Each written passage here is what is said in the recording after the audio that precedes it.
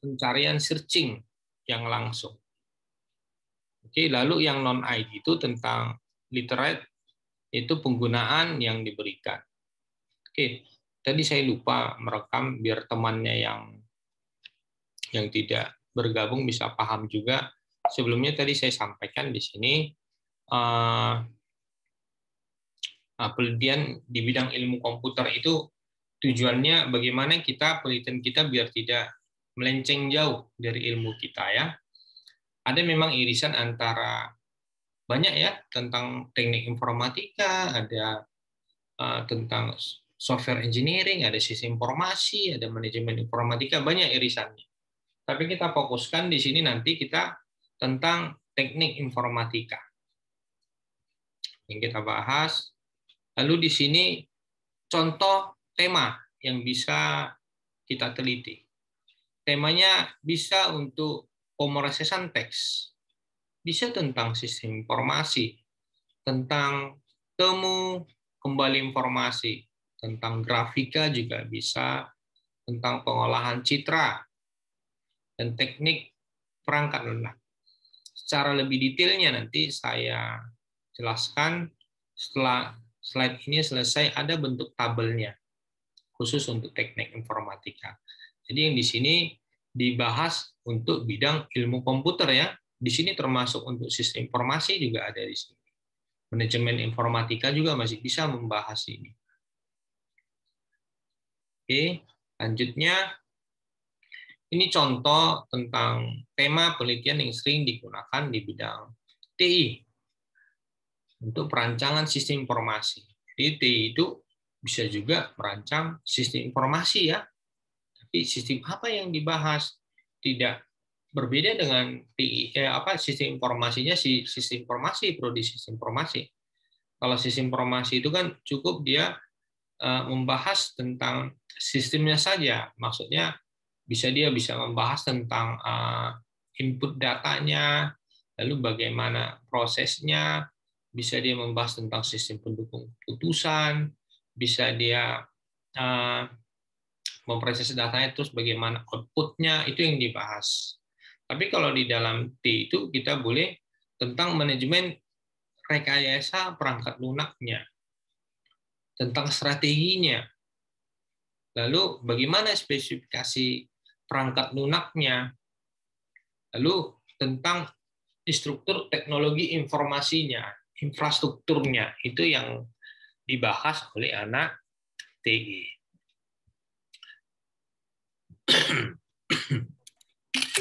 Metodologi dalam information system atau information technology yang dibutuhkan yang pertama, untuk mencatat secara lebih cermat dan teliti, menyediakan metode yang sistematik sehingga lebih efektif, lalu menyediakan sistem informasi yang tepat dan dapat diterima, cocok, menghasilkan sistem yang lebih baik. Jadi sistem yang kita buat itu seharusnya memudahkan pengguna, jangan jadi penggunanya itu jadi ribet dia ya, jadi bikin dia pening, jangan. Tapi bagaimana penggunanya itu jadi lebih manja ceritanya, gampang cara penggunaannya, dan kalau bisa buat si usernya itu tergantung terhadap sistem kita. Begitu strateginya. Penelitian di bidang Computer Science, Information System, dan Information Technology, di sini ada beberapa contoh judulnya. Untuk teknik teknologi informasi. Penerapan metode informasi ekonomik. Di tempatnya bla bla bla, seperti itu. Bisa tentang perancangan strategi sistem informasi, yaitu studi kasus, misalnya direktorat, dan lain-lain. Perancangan strategis pada lembaga pemerintahan, penyusunan rencana strategis sistem informasi berbasis value pada pemerintahan daerah, penyusunan rencana strategis sistem informasi lembaga sandi negara.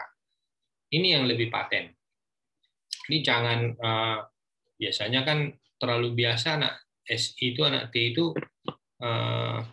sistem informasi pembayaran kredit pada perusahaan FIF misalnya, itu terlalu biasa. Kalau kami di STEMIC Kaputama, kalau tidak ada strateginya, tidak ada metodenya yang dipakai di sana, tidak diterima lagi untuk skripsi. Tapi kalau di metode saya kurang paham. Oke, ini contoh-contohnya, boleh nanti dilihat ya, boleh dibaca. Nah, ini beberapa contoh masalah yang diteliti di bidang teknologi informasi. Biasanya yang diteliti itu apa? Itu tentang implementasi penggunaan sistem core banking, misalnya. Lalu penggunaan sistem informasi yang sesuai dengan kebutuhan organisasi itu bagaimana yang diharapkan untuk unit Universitas X misalnya, bagaimana dia implementasinya, bagaimana itu yang dibahas. Lalu bagaimana bisa kita membahas tentang proses bisnis, bagaimana layanan IT-nya. Lalu bisnis tentang distribusi perangkat lunaknya, enterprise resource planning-nya bagaimana, dan seterusnya. Ini contoh penelitian yang dilakukan, studi kepuasan pengguna akhir terhadap sistem core banking. Nah, ini ya judul-judulnya ya, tentang pemetaan, proses bisnisnya, dan seterusnya. Nah, ini berbagai metodologinya. Sebenarnya metodologi yang bisa kita gunakan untuk menyelesaikan penelitian kita, atau khusus kita bahas tentang skripsi misalnya. Sebenarnya kita bisa menyelesaikan masalah itu dari mata kuliah yang kita pelajari. Misalnya sudah belajar tentang sistem pendukung keputusan kan? Halo? Apa tadi, Pak?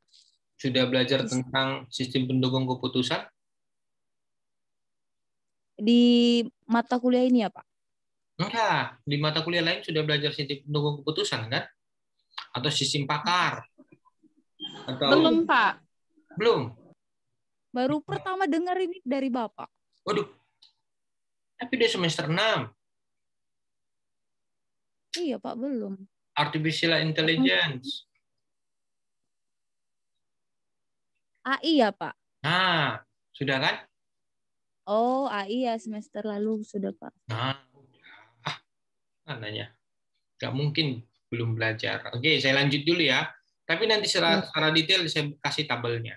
Ya, nanti saya kasih tabel. Nah, ini pengantarnya aja dulu. Nah, ini masalah-masalah yang kita teliti. Nah, berikut disajikan. Nah, ini dia. Ini saya buatkan ini. Saya buat tabelnya.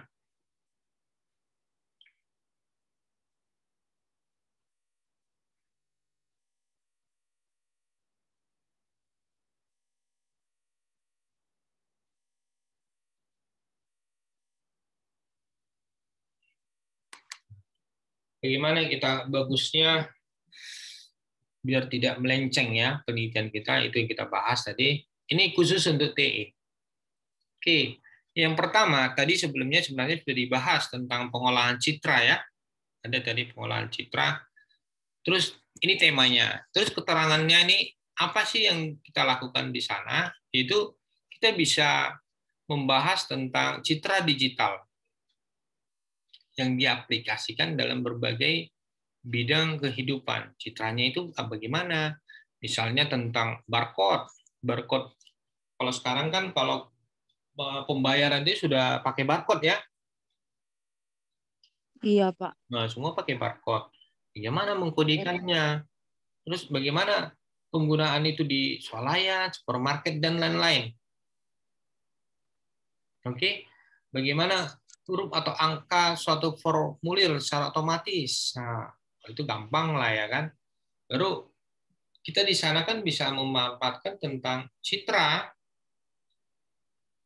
tentang video, pengenalan sidik jari, pengenalan foto, dan pengolahan citra lainnya.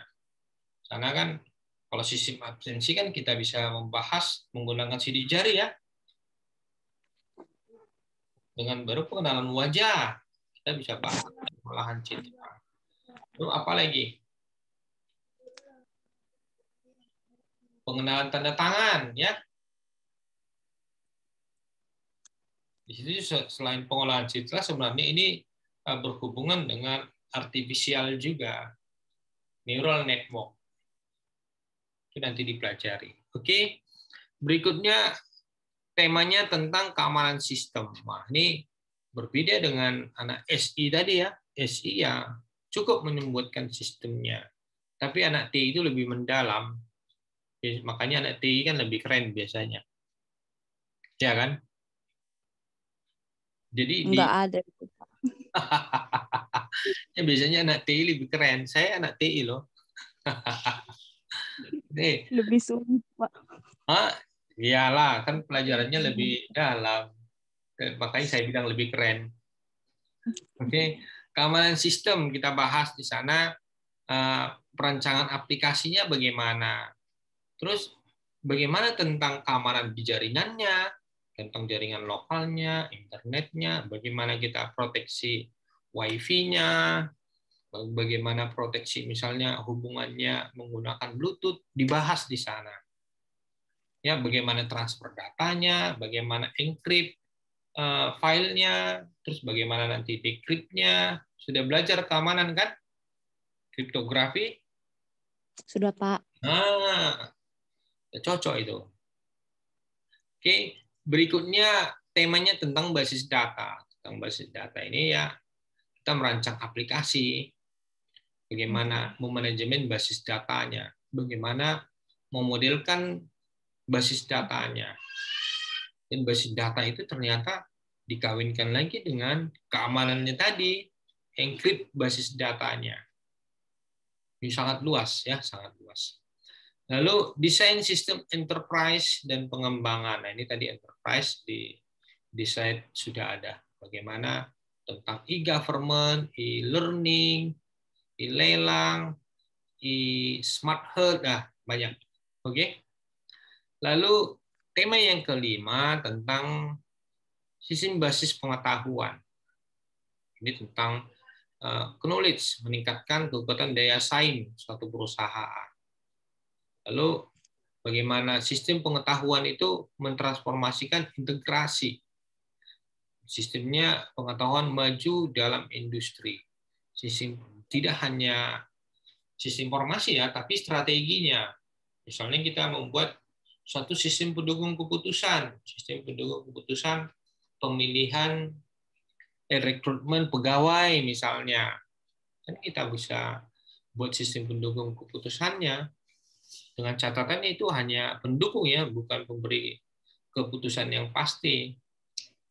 Karena keputusan itu kan tetap disampaikan ke manajemennya juga nanti. Oke?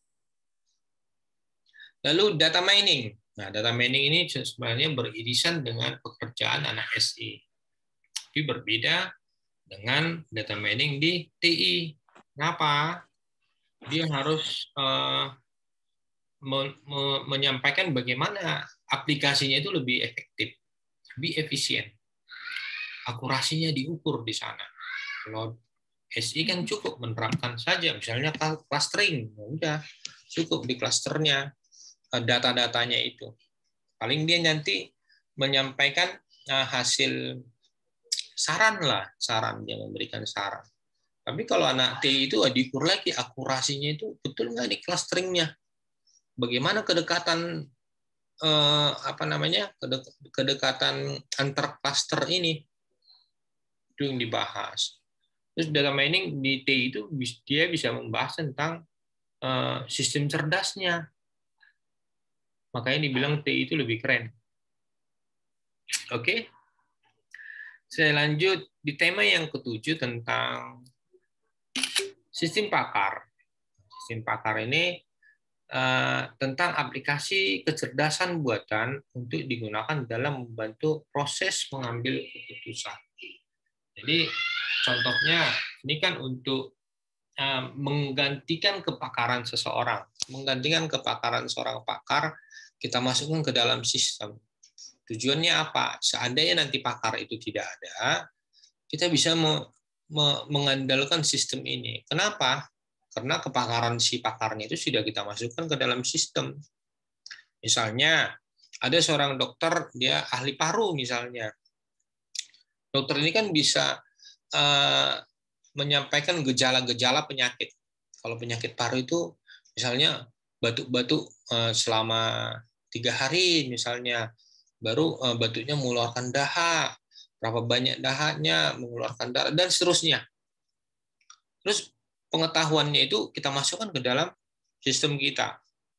Yang kedua, baru si dokternya dikasih lagi pengetahuannya. Kalau batuknya sudah 1 hari, ini obatnya. Batuknya 3 hari, ini obatnya. Kita masukkan juga itu ke dalam sistem. Suatu saat dokternya tidak ada di tempat, kita masukkan gejala pasien yang seperti itu. Kira-kira si sistem bisa nggak menjawab itu penyakitnya apa, obatnya apa? Bisa nggak?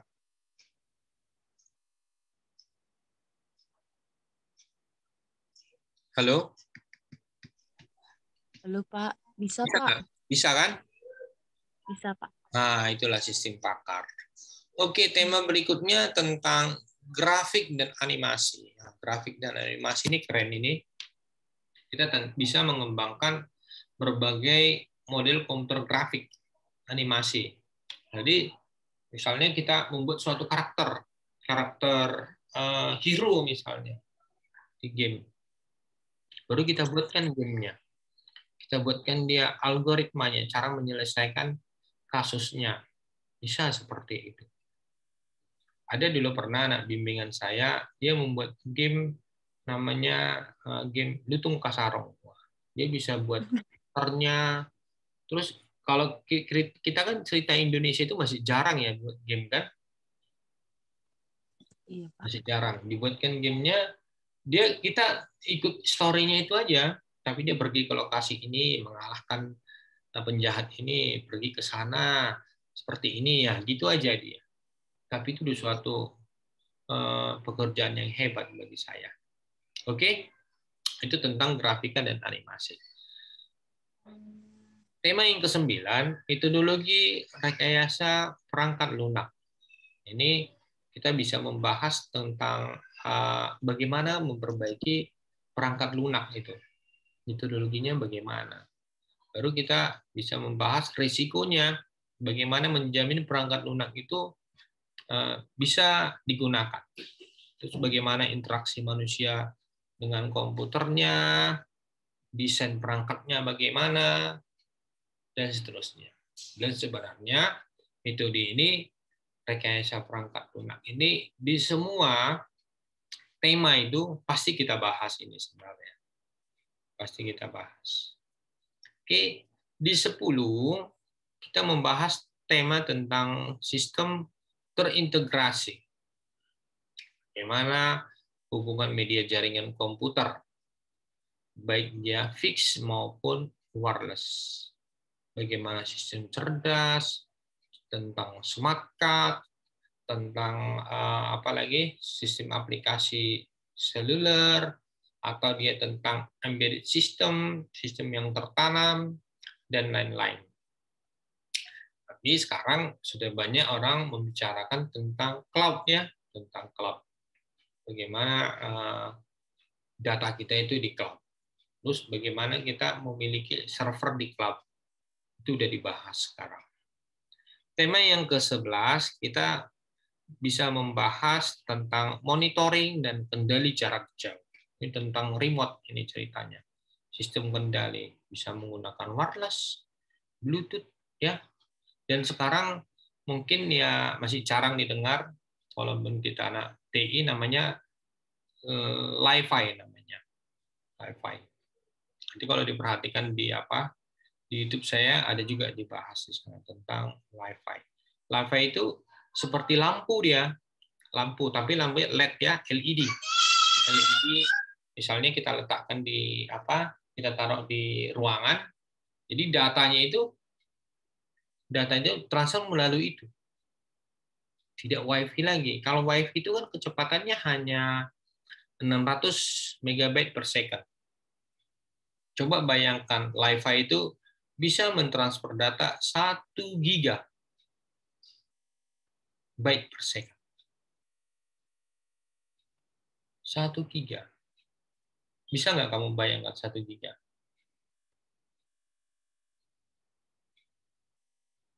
Itu ya ditransfernya maksimal atau gimana, Pak? Ya maksimalnya 1 giga per second. Hmm, Coba bayangkan. Berarti lebih cepat dari transfer hard disk ke hard disk kita kan? oh iya, iya. Luar biasa. Itu dia teknologinya. Lalu si Li-Fi ini tapi ada kelemahannya ya. Dia tidak bisa menembus dinding. Ya, itu kelemahan. Itu kelemahannya. Wi-Fi namanya. Terus dia kelebihannya dia tidak melalui gelombang radio kan. Kalau Wi-Fi kan masih ada efeknya ya. Bisa apa namanya Wi-Fi apalagi gelombang radionya kan bisa merusak apa kita juga jaringan otak ya. Bluetooth juga seperti itu. Apalagi jaringan 3G, 4G itu lebih parah. Makanya handphone itu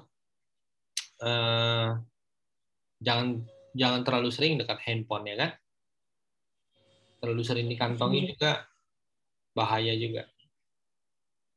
Itu seharusnya itu sebenarnya sudah masuk ke penelitian itu. Efek-efeknya sangat banyak. Oke, saya lanjut di tema yang ke-12 tentang sistem cerdas. Sistem cerdas itu kalau di T itu kan bisa membahas tentang IT, tentang perangkat misalnya. Bagaimana misalnya kita mau membuat robot, misalnya robot pengepel misalnya. Bagaimana dia menemukan sudutnya, bagaimana biar bisa bersih lantainya itu namanya sistem cerdas. Atau misalnya saya contohkan ada kursi di situ, kursi cerdas.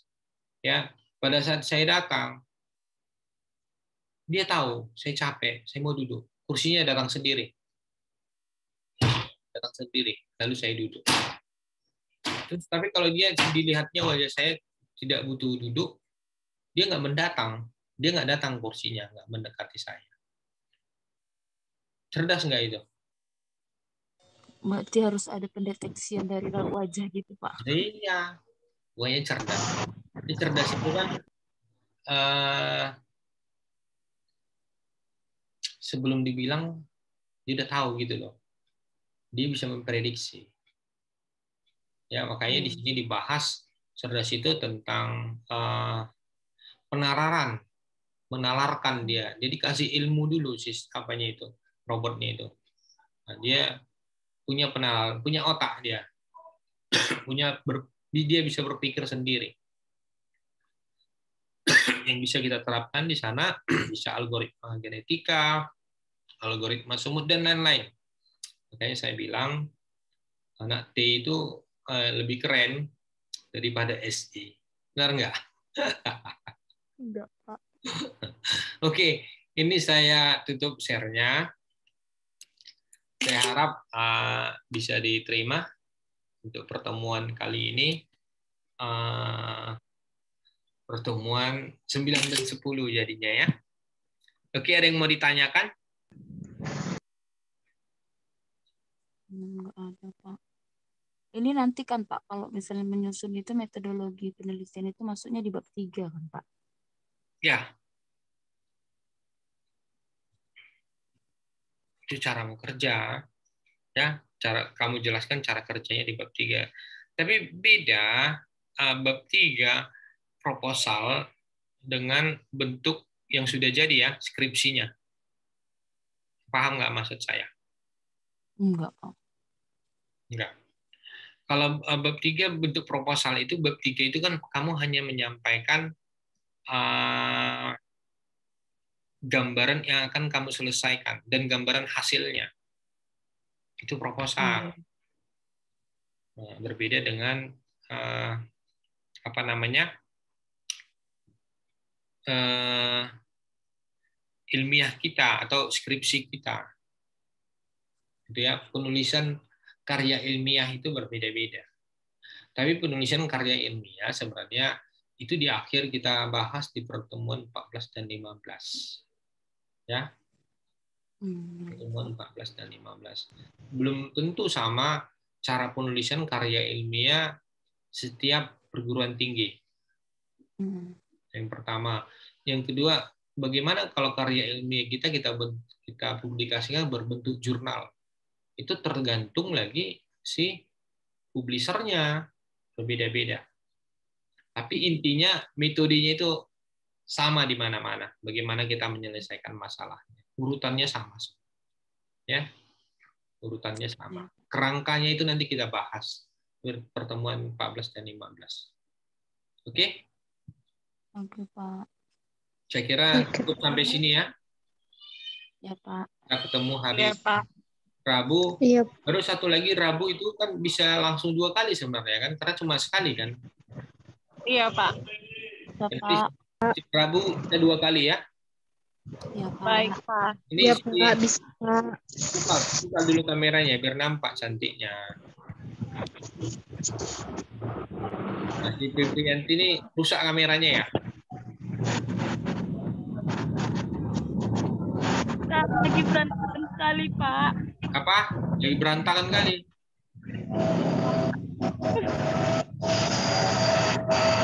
Bibit-bibit, Pak. Si Putri Hia sama siapa? Sama adiknya? Sama kawan. Sama kakak, Pak. Sama kakak. Oke. Sampai di sini. Salam sama teman-temannya yang nggak hadir hari ini ya. Ya, Pak. Oke. Saya ragu tadi sama saya tanya. Ini cuma juga kelasnya 5 orang. Kalau cuma segini saya kurang semangat, jujur aja. Iya, benar, Pak. Apalagi kami, Pak, bertahun-tahun. Oh, iya. Kalau gitu saya nggak semangat ya. Saya harus tetap semangat. Ya. Pak, apalagi kami bertahun-tahun, Pak. Iya ya. Saya harus semangat. Kasih semangat buat kalian berarti.